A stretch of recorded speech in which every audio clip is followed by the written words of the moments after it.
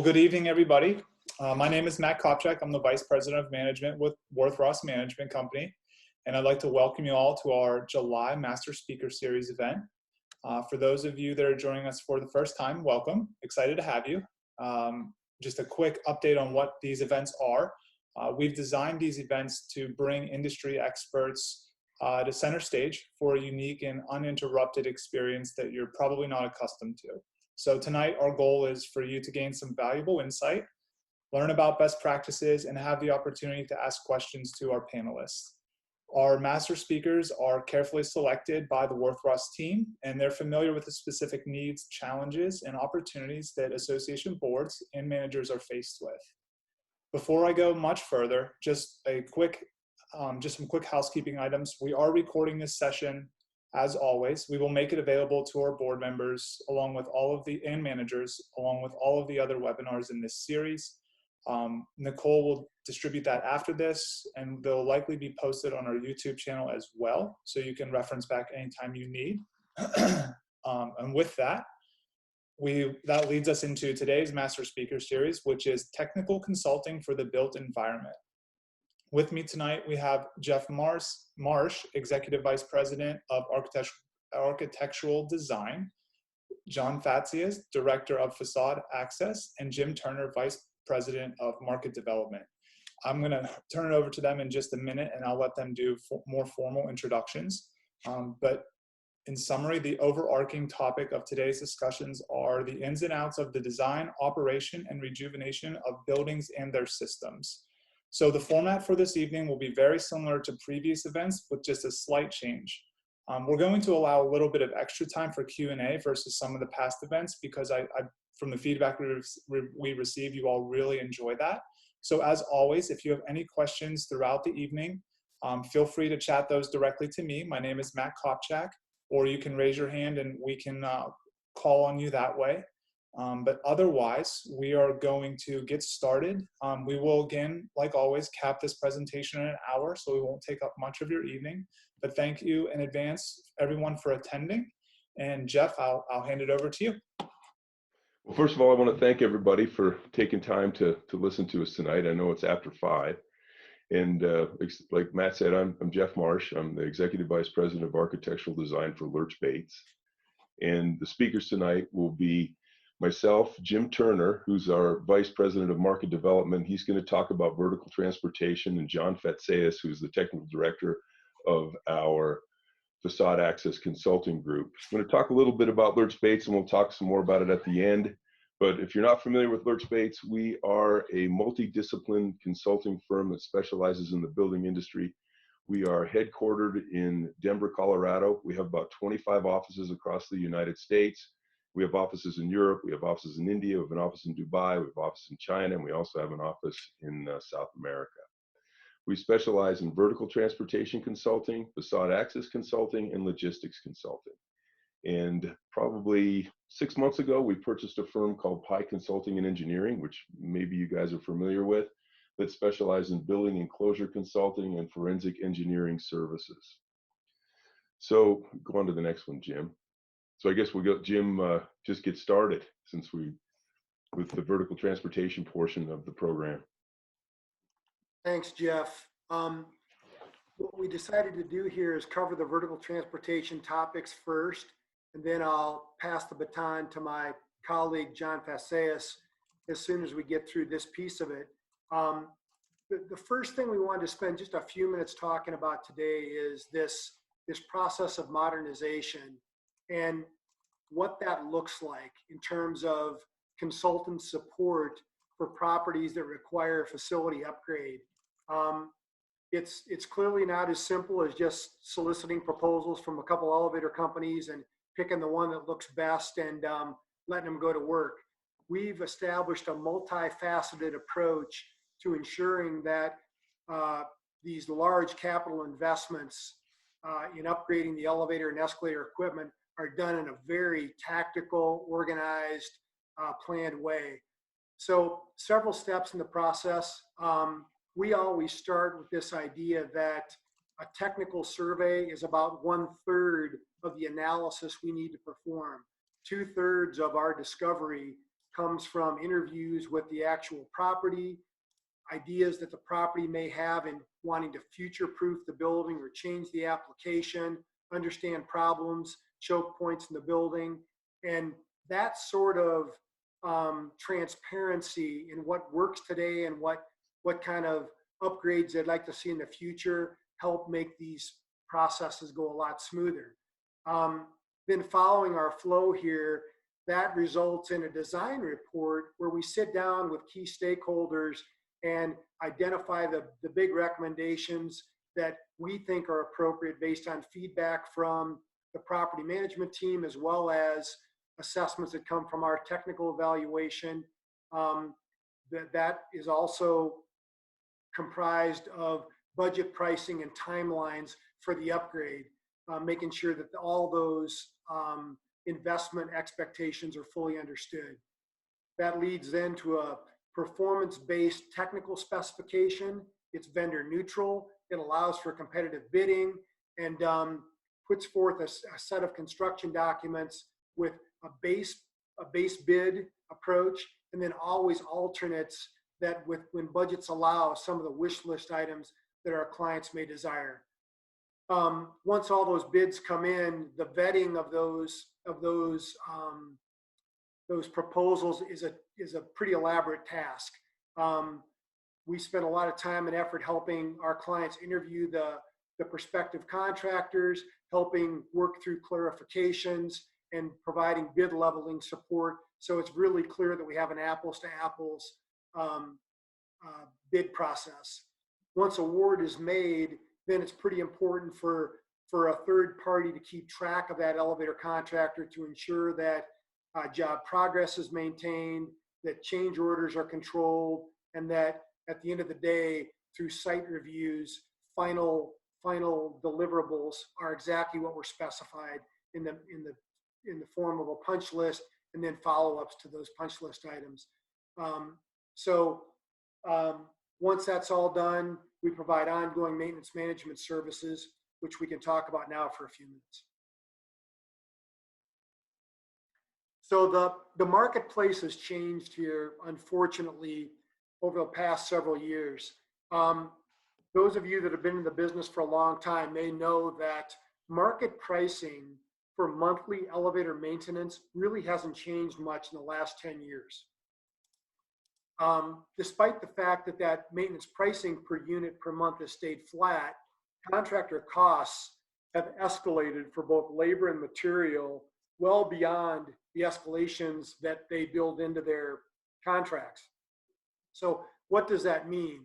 Well, it means that cost savings measures are put forth by the elevator contractors that result in some of the items you see on this screen: slower response time to callbacks, big maintenance items that get deferred until the very last minute. And the thing that a lot of our clients are seeing are elevators stay out of service for much longer periods than they ever have in the past. This isn't just an inconvenience to the properties. There's real cost effect on the properties when proactive preventive maintenance isn't being performed. When preventive maintenance tasks are deferred, it causes bigger repair items to be performed, which keep elevators out of service for longer. And what we're seeing is a lot of the contractors trying to pass on some of those costs to our clients in terms of redefining the need for repair as obsolescence or negligence or misuse. And the proposals we review from the elevator companies can be well higher than market price levels for that kind of work. And then a lot of these inaccurate billings are items that are actually already covered under the terms of your maintenance agreement. So we're seeing that this relaxation in maintenance performance not only creates this inconvenience for our clients, but it also costs you more money. So we've developed a program for our clients that really lets you take back control of your elevator maintenance management program by using a third party to police the work being performed by the elevator contractors. And we have a saying that we're not looking to be the elevator police. We're looking to be the marriage counselors, meaning we want to make sure that the agreement between the contractors and ownership are met in every way, and you get what you pay for. And so this whole idea that you're billed for only the items that you should be billed for, that you're getting a proactive maintenance program in place, that you're not spending, your property management team members aren't spending time chasing down contractors to get elevators back in service or debate incorrect invoicing. Our solutions program takes on these elements on behalf of ownership, and there's some very direct ROI in utilizing Lurch Bates to provide help on these maintenance management programs. So we always like to start from the very beginning, and that is, what are the conditions of the existing equipment in the field? And the only way to make a true inventory of how the equipment is performing is to physically put third parties like Lurch Bates in the field that can physically perform visual audits of all the existing equipment, measure performance times, and provide lists of deficiencies that the contractor should be addressing as part of their normal maintenance. This is a big part of our business today. In fact, about 50% of our revenues today and our consulting hours are spent on this initiative alone. There's also the need to have a third-party review of your existing maintenance contracts, because if you're being billed for items today that are covered under the contract, sometimes that's not really clear. The words obsolescence and negligence and misuse get used all the time, so that these costs for callback can be passed on to the end users. And we really serve a valuable purpose in helping offset those incorrect invoices. After an understanding of the existing contract terms are in place and the equipment has been audited, it's really an opportunity then for the entire Worth Ross portfolio to bulk all of the maintenance under a single RFP and put the whole portfolio out for bid, so that the work being performed by the elevator contractors is not based on what they think you need, but it's based on a performance-based contract that is far more onerous and protects the owner's interests as opposed to what's best for the elevator contractors. And what we find then is a completely different kind of approach to maintenance. When there are key performance indicators that are included in the maintenance specifications, that drives a higher level of performance by the elevator companies.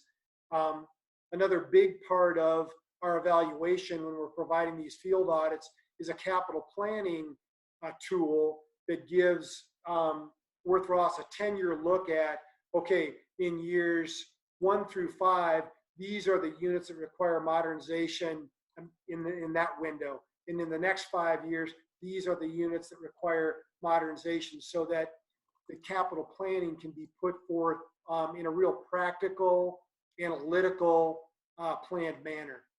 And then, once this portfolio-wide RFP takes place, that's when the new contracts are issued. And in many cases, the contractors that are serving your portfolio today at a given property are no longer the ones that are awarded the new contracts. In cases where a client is really committed to a specific elevator contractor, we do all we can to help them be retained as the contractor in the future as well, but working under a Worth Ross, Lurch Bates set of specifications. So after that's in place, the kind of services where we really add value is in this area that we're looking at here on the screen, where we're taking ownership of overseeing the contractor's work. We have in-house administrative resources that review all invoices and proposals before your local property managers ever have to worry about reviewing them or vetting them. These invoice and proposal reviews are done by Lurch Bates in a real proactive way. And then, in a super important way, we're providing a set of key performance indicators, and these are items like number of entrapments, number of callbacks, mean time between callbacks. We track those on a regular basis so that quarterly we can sit down with representatives from Worth Ross and the contractors and review their performance so that we can address deficiencies in the way things are being performed. We have a real basic perspective at Lurch Bates, and that is performance improves when performance is reviewed. And that's what our key performance tracking does for us. And then a real problem spot for a lot of our clients is in the management of the operating permits that are required by your local code authorities, your AHJs, in ensuring that your certificates remain in compliance. We have an entire program established at Lurch Bates to take over the ownership of keeping those certificates updated in each of your properties, and that's a big part of our business today as well. So just a couple of case studies on how Lurch Bates solutions work. I included a residential portfolio that we're working with right now that asked us to take a look at the invoices that they're currently approving and give them a feel for what percentage of those invoices really shouldn't be passed on to them. And the portfolio is 140 properties with a couple hundred units across the country. So starting with the savings, they were spending around $500,000 per year in preventive maintenance services across their entire portfolio. By bulking all the contracts together and putting it out for competitive bid, there is anticipated to be almost a 10% savings on a month-to-month basis across bulking the contracts together and utilizing a 5-year window for these contracts. The cumulative paid back over this 5-year period by putting all these contracts together, as you can see, is right at $250,000. So that's a pretty quick payback when you can see the cost for having Lurch Bates perform this bulking process for this particular client was right at about under $20,000 for this program. Now the real benefit comes here. So we've broken down the total annual spend for elevator service into 2 buckets. The blue part of the pie chart here are those annual maintenance dollars that we just got done talking about. And the orange part of the pie chart represents those out of contract spends. And so you can see in this model, what they were paying for today is pretty balanced. About half their expenditures go into PM, half into these out of pocket or unanticipated spends. And in looking at the invoices that they were paying for and looking at their contract terms, we could see that by shifting to Lurch Bates paper, they would save about 40% of the orange part of that pie chart going forward. So the third pie chart there, the second pie chart then shows the annualized savings of just under $200,000 and having Lurch Bates vet those maintenance invoices to be sure they're only paying for the items that they should. This is a real quick snapshot of a healthcare entity where we're providing invoice reviews, and you can see that they're spending a couple $1 million a year, and our analysis of almost 1,500 documents saved just over $600,000 over a 14-month period. So this idea that the contractors are doing all they can to squeeze clients for as much of this additional billing is evident by an actual real case study here. At the end of the day, most of our clients are seeing ROI that pays back at the tune of over 12% in these kind of scenarios. So we shared with you a couple of examples where there's a 40% savings and a 26%. We go into these kind of engagements with the idea that you'll see at least this 12% ROI through our influence. And better than that, we've increased the performance of the elevator system and reduced or extended the life of the equipment in a significant way. So I'm going to pass off the baton now to my Facade Access friend, John Fatseas. And John, let me know when you want to move forward. Hey, hello everyone. Thank you, Jim. We're going to shift gears just for a minute here from elevators and talk about facade access or building maintenance. And I'm going to use those terms interchangeably because they really mean the same thing. It's the methods used for getting to the outside of your building for window cleaning or maintenance projects. Next slide, Jim. The previous slide, sorry. Okay, so Facade Access Consulting started back in 1985 with Lurch Bates. We acquired a group called Citadel. And since then, we've grown quite a bit. We've also had the great pleasure to work on some of the most iconic buildings in the world. In the past 6 years, we've grown a lot. We've decided to expand our services from just consulting to also providing service on the equipment itself. We've noticed a strong demand in the industry for qualified technicians to provide inspections and testing and maintenance. And so Lurch Bates has decided to build a group specifically offering those services, and that's what I'm going to share with you today. Next slide, Jim. So before I dive into it, I just want to make sure we all get on the same page about the type of equipment I'm talking about. It's similar to elevators. You can think of it as an external elevator with a car that rides on the outside of the building. And instead of transporting the general public, you have a window cleaner. And common systems are shown here in these pictures. The bottom left picture is a davit system. I'm sure a lot of people are familiar with that. The aluminum arms that hang a swing stage, or a monorail, which is the picture in the middle. And if your building has a monorail, I'm sure you're aware of that because they're very visible. Powered platforms are basically like an elevator car, but the hoists are inside the platform. And another type of building maintenance equipment are called BMUs. And that's the picture on the bottom right. And it's basically a crane that drives around on your roof, and it can be rather complex and large. That's right. So another piece of equipment that's intrinsically related to all of this is fall protection. It goes hand in hand with facade access. So we have expertise in tie-back anchors and horizontal lifelines and body harnesses. We work with all of this type of equipment. One thing that's not listed here is called bosun chairs or rope descent systems, where the workers rappel down the side of the building. That's not something we highly recommend, but it is a system that we're very familiar with and work with quite a bit. Next slide, Jim. This is our value proposition for our facade access group. It's really three components. At the heart of what we do is safety. This is why we're in business, is to help you make your building safer. We understand that hanging a human being off the side of your building on a daily basis is kind of dangerous. And our job is to make that as safe as possible.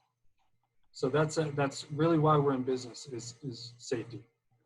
Secondly, is to make sure that your equipment is compliant with federal and local regulations. There are a lot of rules about how this equipment is supposed to be designed and maintained.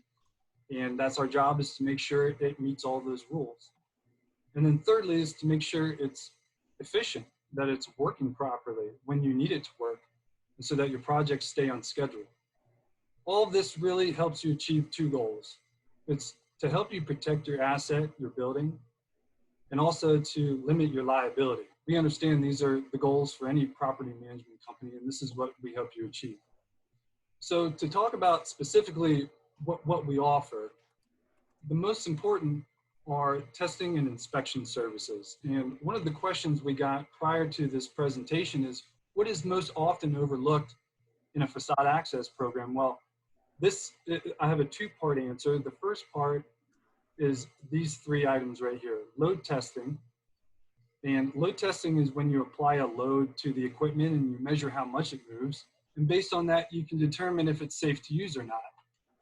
Now, this should take place when the building is originally built. And if you don't have a record of that on hand at the building, you need to have that done. It also needs to be done every 10 years, and that's the law.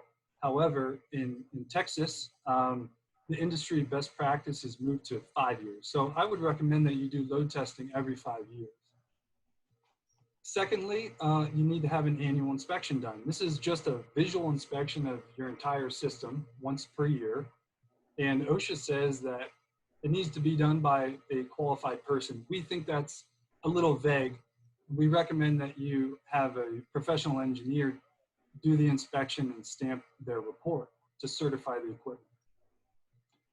And the third requirement is a pre-use inspection. Now, this applies to just the platforms. So if your building does not own the platform, this does not apply to you. However, if you do have a platform, it needs to be inspected every 30 days while it's being used. So as an example, if you have a 45-day window cleaning project, you would inspect the platform at the start of the project and then 30 days later, and then the project would conclude after 45 days, so you would need 2 inspections during that time. Just being aware of these requirements and making sure you meet them will put you way ahead of the curve. Other services that we provide are on the next slide, or this slide, sorry.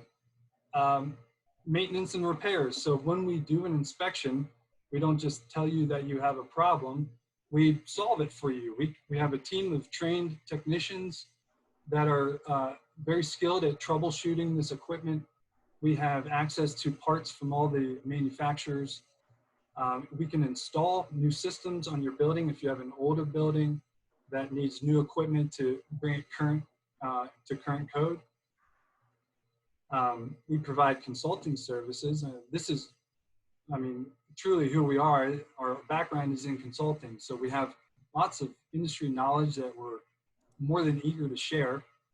And program management. This works really well. We have done this successfully with a number of clients, a few in Texas actually, where they hand over the whole building maintenance program to us, and we help them vet and select a building maintenance contractor. We review their contract and audit all the documentation and build logbooks. And this has worked out very well for large portfolios. Next slide, Jim. So to give an example, I'm going to share one case study. This is a condominium in San Diego. It has a davit system. There were a few problems with it. It's not a compliant system. And because of that, the building owner allowed the window cleaner to use Bosun chairs, which is illegal in California. It's legal in Texas, but not legal in California. They were doing it anyway. And one day, an experienced window cleaner who was working for a reputable company, he fell 8 stories to his death. And this is very tragic. Next slide, Jim. The result of that is quite a lot, as you could imagine. There was news coverage, so the condominium was all over the news. There are lawsuits. Cal OSHA launched an investigation, and they issued a shutdown letter saying that you couldn't perform any type of project at the building until a whole list of requirements were met. And this has become very expensive for them, and their tenants are rather upset, a few somewhat traumatized by what they saw. So this is an extreme example, but where we come in, they hired us to help them through this situation.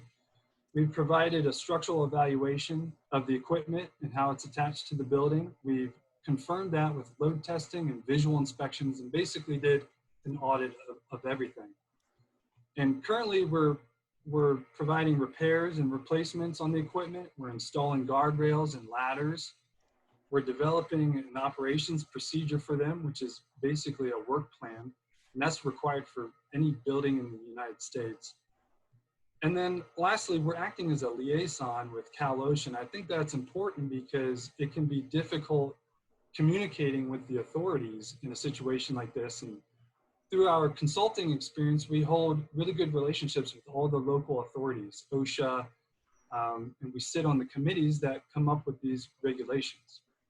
So again, this is an extreme example, but it kind of shows you what could potentially happen if you're not paying attention to your building maintenance program, and also the services and the things that we can help you out with.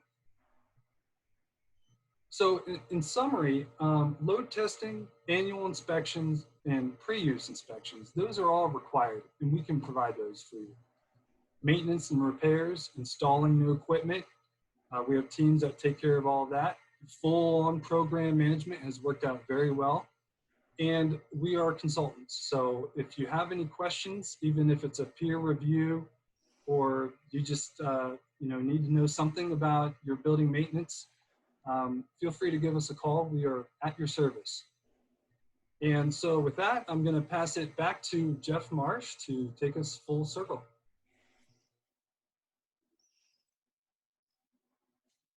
You're muted, Jeff. There we go. With that, a couple quick things about Lurch Bates, just a little history. You know, we were established in 1947. Started out as elevator consultants. We were probably the first elevator consultants ever. Mr. Lurch started the company in Chicago. We've been around for over 70 years. We're employee owned, and I mentioned the different disciplines that we're involved with. And annually, we touch, over 20,000, vertical transportation units in a year. Go to the next one here really quick. I want to just introduce a couple more people. John had touched on, I'm going to say this, and I don't want to offend any lawyers, but we are not lawyers. If you have a question about what's going on, there's not people sitting in our office waiting to charge you for 15 minutes of our time to answer a question. And so if somebody tells you something that pertains to anything that we do, and it doesn't make any sense, or you just want to get it answered, email us. So I've provided a copy of this presentation to Nicole and Matt, and it's got all of our contact information on the front there. It's Jim and John and I's, and then Alyssa McGrath, who's also listening to the presentation, who's our VP of Building Systems Consulting Group, and Lance McMasters, who's located in Texas, who's our VP of Facade Access Consulting, and Jacob Irwin, who runs our local Dallas office and is a vertical transportation consultant. Everybody's contact information is in there. Like I said, if somebody tells you something that doesn't sound right, or you just have a question, email any one of us and we'll be more than happy to help you. So with that, we'll probably lend it over back to Matt and have some questions. All right, thank you, gentlemen. And for all of those on the call, we'll get the contact information along with all the slides distributed probably tomorrow, but sometime this week for sure. We had a couple questions come in ahead of time when our participants registered, so we'll go through those first because they may or may not be applicable to what the services you all can provide. So the first one is related to cell phone boosters and just how they work in underground parking as well as wireless car chargers. So I don't know if that falls in your wheelhouse or not, but if it doesn't, we can move on. Yeah, it's a really good question, and many of our clients have similar concerns. That is outside of the scope of what we're involved with, Matt.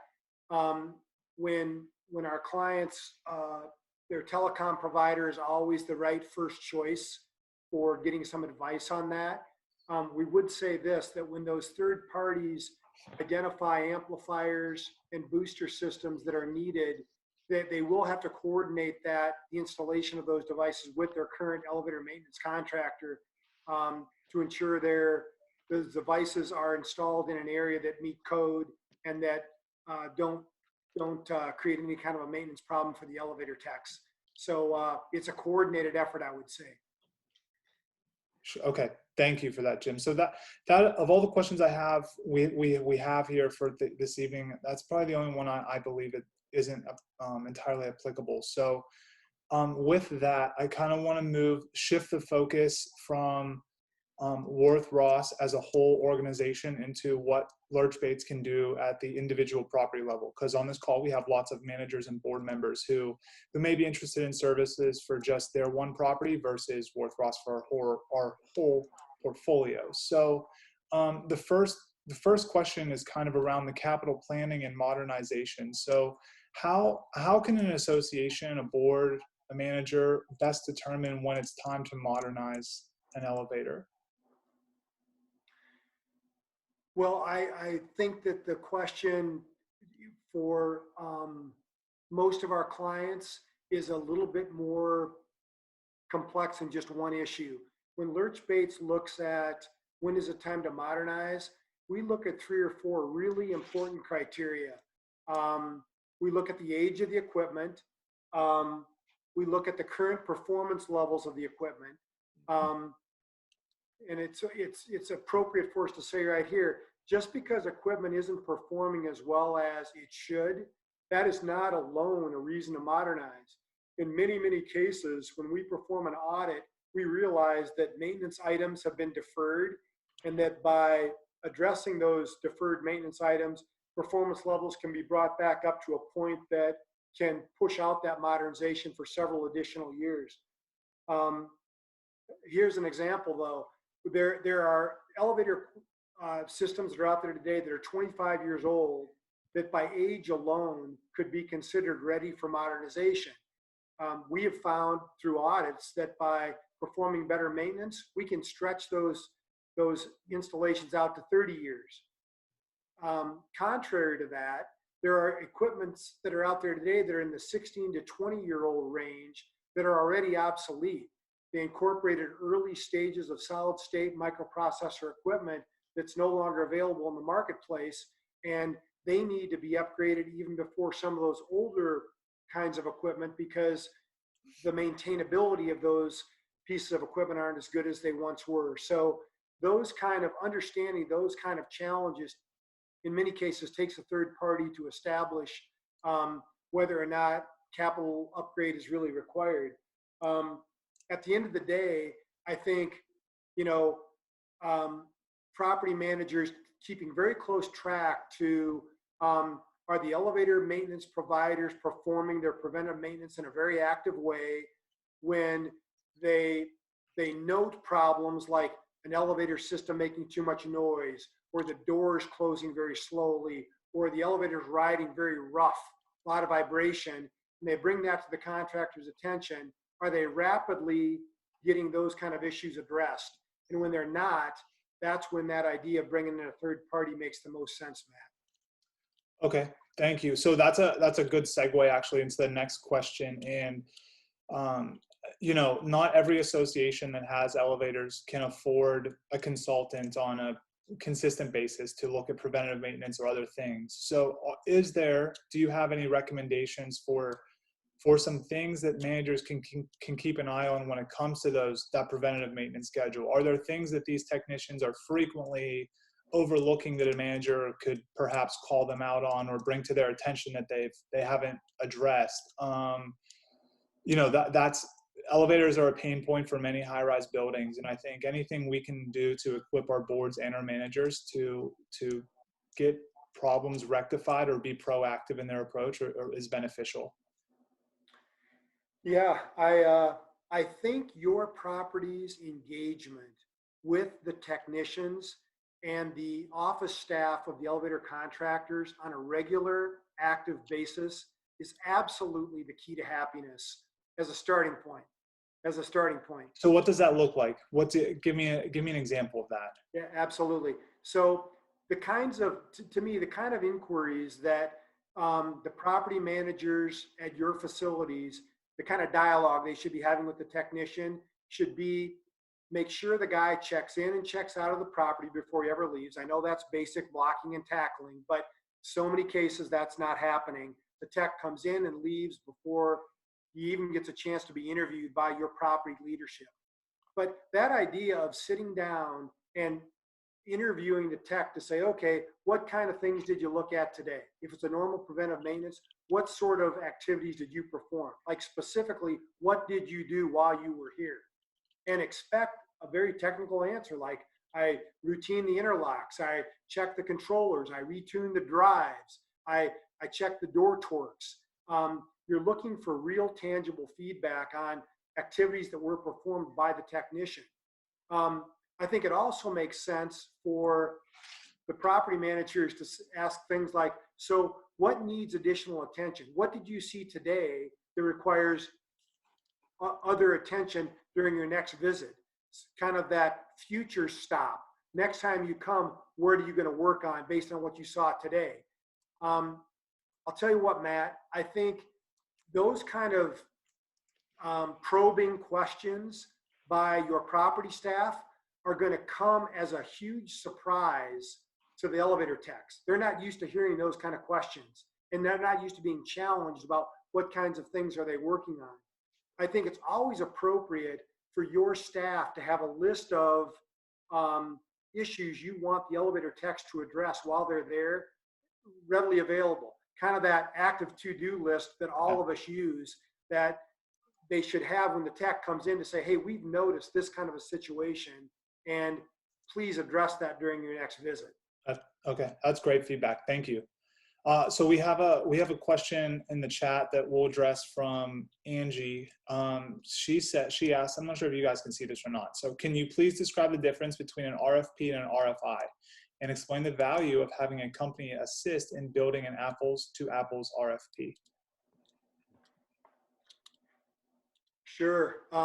Well, just the acronyms themselves. An RFI is a request for information. An RFP is a request for proposal. So in most cases, RFIs, requests for information, come as a result of an RFP being issued.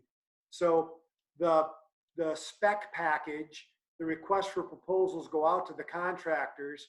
They look at the technical requirements, and they may come back with requests for information like, we note here that the service elevator needs to be serviced on the weekends. Would you like that to be a Saturday or a Sunday? That's an example of an RFI that would come as a result of the issuance of an RFP. Here's the bottom line, Matt and Angie that asked the question. The idea of bulking your properties, that is a gift that every elevator contractor in America wants. They want the Worth Ross portfolio. They want every elevator in your portfolio. And all of the elevator contractors today have developed a certain level of expertise to maintain not only their equipment, but also the equipment manufactured by their competitors. So the normal purchasing process that your strategic purchasing folks are involved with every day, applying that to the elevator environment, that can do a lot in terms of reducing the monthly spend just by pulling all these contracts together. The hundreds of units that are part of your portfolio, that's very attractive to the elevator contractors today. So you can expect that volume discount that comes from bringing them together.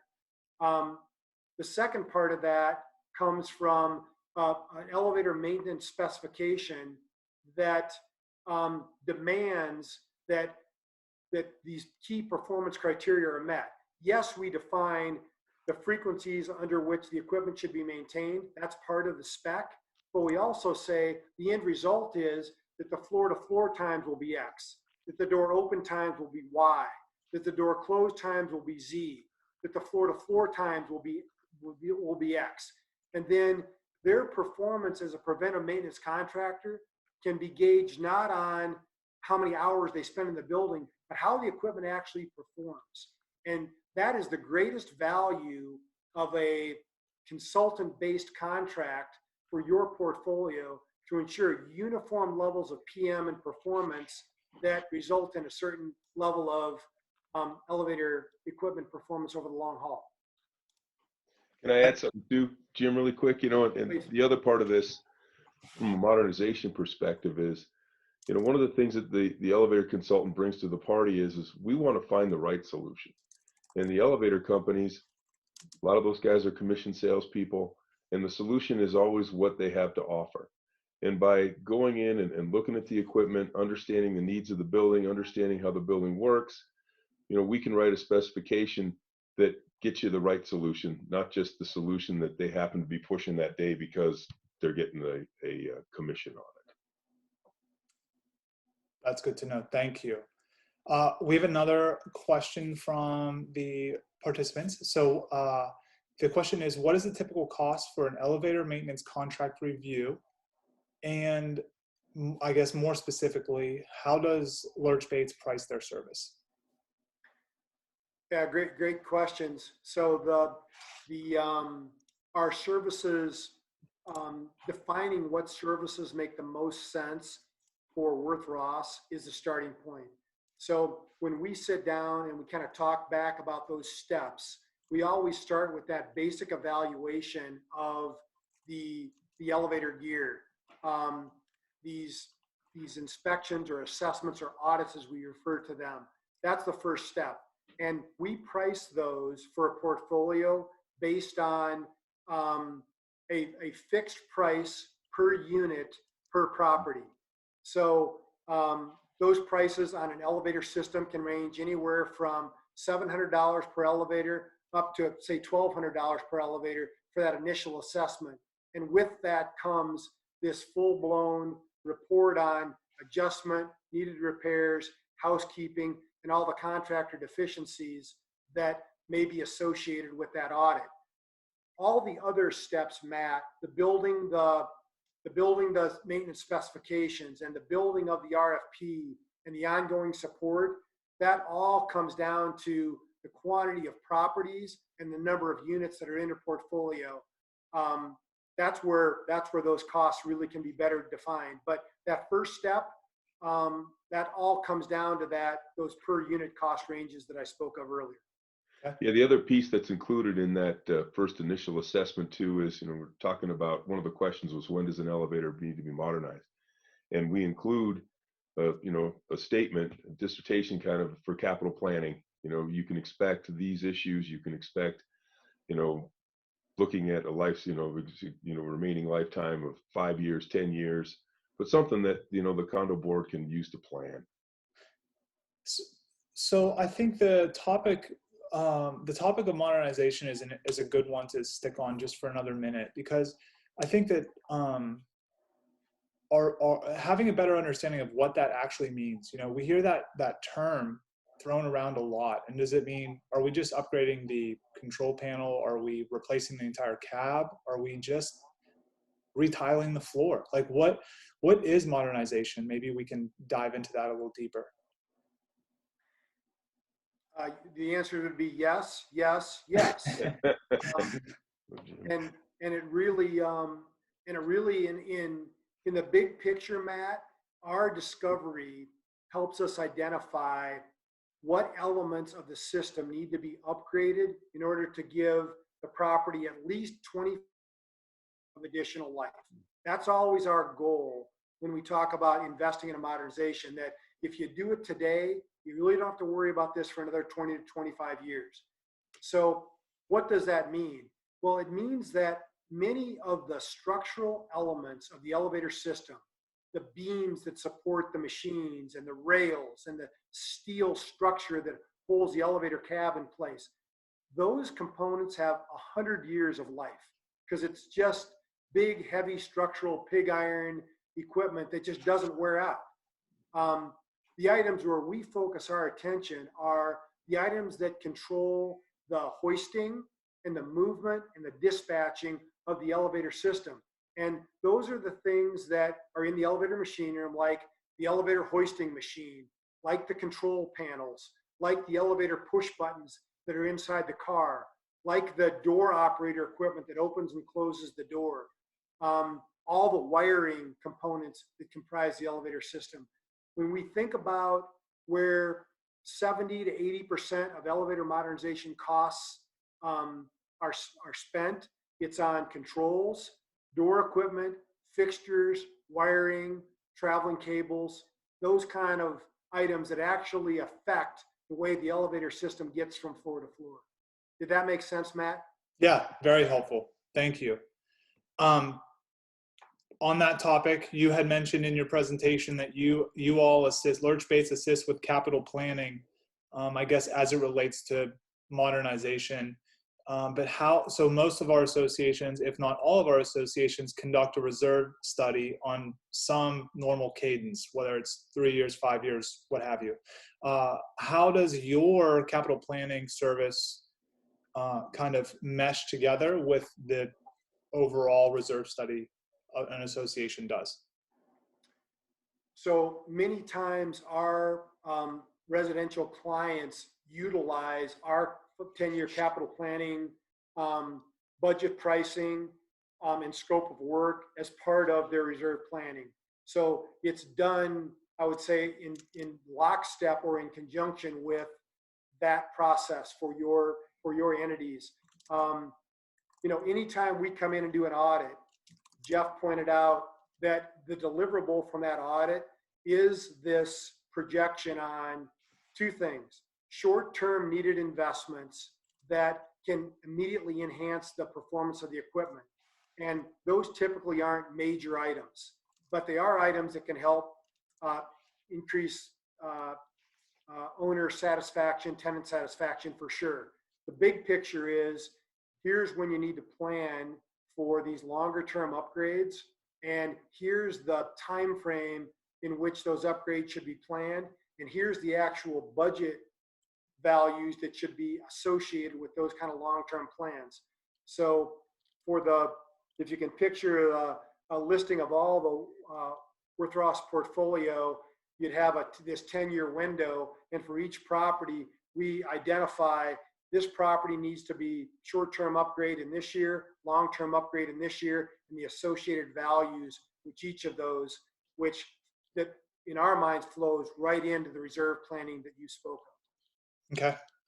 Hey, I should say this, BMES, John, you can provide that same level of capital planning for upgrades to the facade access equipment as well. Agreed. That was actually the second part to the question we were given. So I don't know, Matt, if you want me to jump into it, I can make it quick. I was moving to you next. So the question for our attendees that for John and on the facade side is, what are some of the most overlooked items that boards and managers should consider when thinking about or evaluating their facade access? So John, take it away. Yeah, I'd give that a two-part answer. The first part is simply being knowledgeable about the testing and inspection requirements. And as I said in the presentation, you need to have it load tested. And by law, it's every 10 years, but if you're in Texas, I would recommend every 5 years. Secondly, you need it to be visually inspected on an annual basis by a PE. And then thirdly, if you own a platform at your building, it should be inspected every 30 days while it's being used during a window cleaning cycle or a building maintenance project. So knowing those requirements and fulfilling them, I think is surprisingly very overlooked. I mean, these are federal regulations, but it's absolutely critical that you fulfill those requirements. So the second part is directly related to that, and that is budgeting for that. A lot of our clients simply are not planning for the costs associated with that, and that becomes problematic. Not only do you have to have the inspection taken care of, but typically there's going to be some maintenance. And to give you an idea of the costs associated with that, if you have a standard Davit system, you should probably be budgeting somewhere around $8,000 a year for inspections and maintenance. And if you have a BMU, a really robust system, a large machine that drives around on your roof, you're looking at more in the ballpark of $15,000 per year. And this is a proactive approach, because if you're doing that and you're maintaining the equipment, it should last the life of your building. Where we run into problems is when it's not budgeted, the maintenance gets skipped, and 10 years down the road, we're brought in and we have to say, now you have to spend $200,000 to replace everything. So that's very, very important, is to be budgeting for this work. So you had said that you recommend every 5 year, but the state requirement is every 10. Is there a reason for that? There is, and I say Texas in general for the 5 year. It's kind of a regional industry best standard or best practice. That's what our competitors are recommending. The specific reason, though, there's a technical reason. That is, cities that are close to coastlines have more salt and humidity in the air, which creates a better environment for corrosion. And equipment that's stored outdoors is going to rust much more easily in those regions, and therefore testing more frequently is a safe thing to do. Okay, excellent. Well, now let me just double check. Yeah, I don't have any other questions. Jim, Jeff, or John, is there anything else you would like to share? We're running right up against 6 o'clock anyway, so timing was pretty good today. No, other than we're grateful for the opportunity, and I meant it when I said if you have questions or someone tells you something that doesn't sound right that pertains to elevators or facade access, call us, ask us, we'll help you. Jim, did you have something? Hey, Matt, just one thought. I actually did think of something on that maintenance topic. You know, as your property folks enter calls for problems with their elevator system, the technicians come out to fix the problems. When the technician checks back in with the property, it's really critical that the property always asks, what was the root cause for this problem? I know what you fixed. Why did it break? And have a full understanding of, okay, have you made the necessary repairs so this doesn't happen again? So that we know that root cause got addressed. And I think the property's taken on that sort of a really active interest is gonna bode well for enhancing the services that the technicians are providing. When they know your team is that interested in making sure this is a one and done sort of a shutdown. Yeah, that's excellent advice. Thank you for that. All right, John, did you have anything else you'd like to add, or is that it? Touched on all my points. I just wanted to say I'm very grateful for this opportunity to speak in front of your group. So thank you, and I look forward to talking to you all. Well, thank Lurch Bates. Thank you all for joining tonight. Everyone who made themselves available to join, thank you all as well. And we will see you all again next month. Okay. Bye-bye. Bye-bye. Thank you very much.